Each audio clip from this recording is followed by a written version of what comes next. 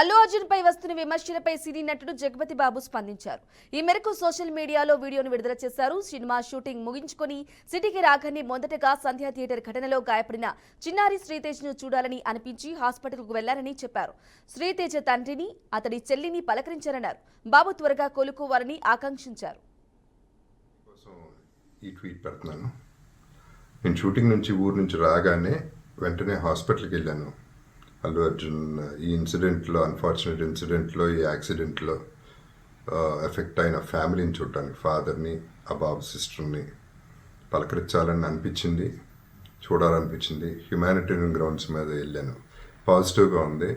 He might recover, there is a very good chances, let's hope for the best అని, with all the peoples blessing and gods and goddesses అని చెప్పేసి భరోసా ఇచ్చి వచ్చాను.